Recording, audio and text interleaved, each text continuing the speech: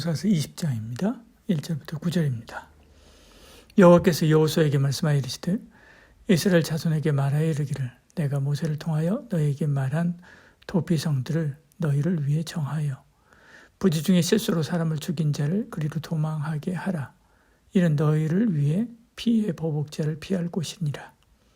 이 성읍들 중에 하나에 도피하는 자는 그 성읍에 들어가는 문 어귀에 서서 그 성읍의 장로들의 귀에 자기의 사건을 말할 것이요 그들은 그 성읍에 받아들여 한 곳을 주어 자기들 중에 거주하게 하고 피의 보복자가 그의 뒤를 따라온다 할지라도 그들은 그 살인자를 그의 손에 내주지 말지니 이는 본래 미워함이 없이 부지 중에 그의 이웃을 죽였습니다.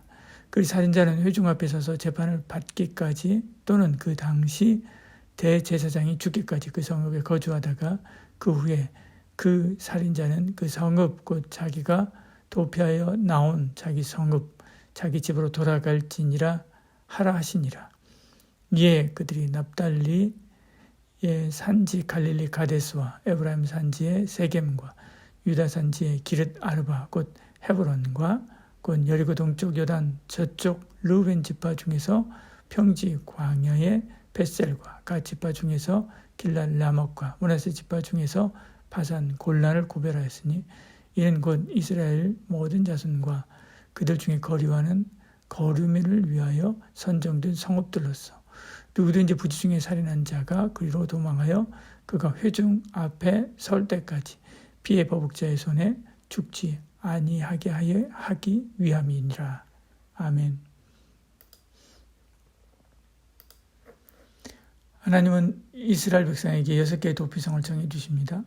과실로 사람을 죽게 하면 피해 당사자를 위해 피로 복수할 사람을 피하여 살 수 있는 법이죠. 이런 기발한 제도를 누가 생각했습니까? 하나님이죠. 1절에 여호와께서 여호수아에게 말씀하여 이르시되 이렇게 말씀합니다.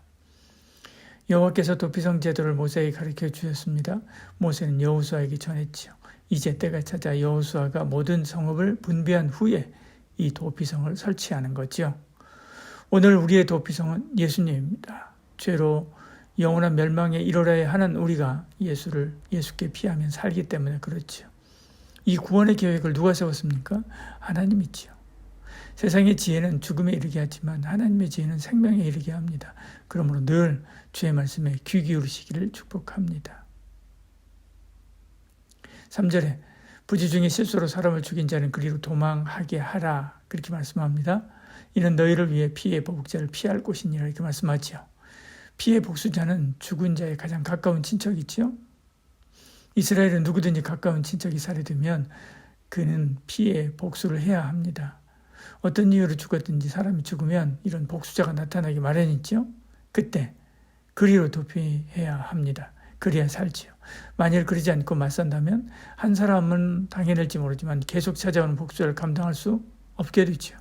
한 사람을 죽으면 10사람의 복수자가 나오기 때문에 결국 온 세상 사람하고 싸워야 합니다. 그러므로 피해야 하죠. 이처럼 우리도 싸워야 할 때가 있고 피해야 할 때가 있습니다. 취해야 될 때가 있고 취한 것을 내려놓아야 할 때가 있죠. 때와 상황을 잘 이해하고 거기에 순응하는 것이 행복한 삶을 사는 비결이지요. 그러면 무엇을 보고 그 결정을 내립니까? 하나님의 말씀이지요. 주의 뜻입니다. 그 뜻에 주저하지 말고 언제나 이해하고 즉각 순종하시길 바랍니다. 그것이 우리가 사는 길이지요. 피했다면 머물러야 되지요. 4절 이렇게 말씀합니다.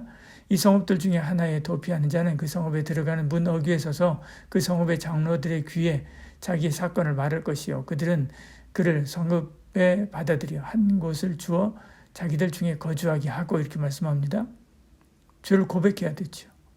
문 어귀에 서서라는 말은 재판대가 바로 그곳에 있단 말이죠. 문을 열면 바로 보이는 곳에 재판대가 있었습니다. 거기서 자기의 모든 사건 전말을 고백해야 합니다. 그때 보호받게 되는 거죠. 그는 거기 머물되 대제사장이 죽을 때까지 거기 살아야 됩니다. 거기를 떠나면 보호받지 못하지요. 그는 거기 대제사장이 죽을 때까지 있다가 대제사장이 죽으면 자유를 얻게 됩니다. 완전 사함을 얻게 되죠. 이 도피성은 예수 그리스도를 의미합니다. 우리는 모든 죄를 구하고 주 안에 있을 때 살 수 있지. 그리고 우리의 대제사장인 예수님이 십자가에 죽으심으로 자유를 얻었습니다. 그러면 우리도 늘 주 안에 있어야 되지요. 주 안에서 자유를 누리는 것만이 복이고 은혜이고 생명입니다. 기도하겠습니다. 사랑이 많으신 우리 하나님, 늘 주 안에 사는 저희를 되게 하여 주시옵소서. 늘 주만 바라보는 저희들 되게 하여 주시옵소서. 우리 하나님, 늘 하나님 안에서 하나님 보호 아래 사는 것이 행복임을 알고 늘 주를 기뻐하고 또 주의 몸된 교회에서 하나님이 예비하신 은혜와 복을 누리는 저희들 되게 하여 주시옵소서. 예수님 이름으로 기도합니다. 아멘.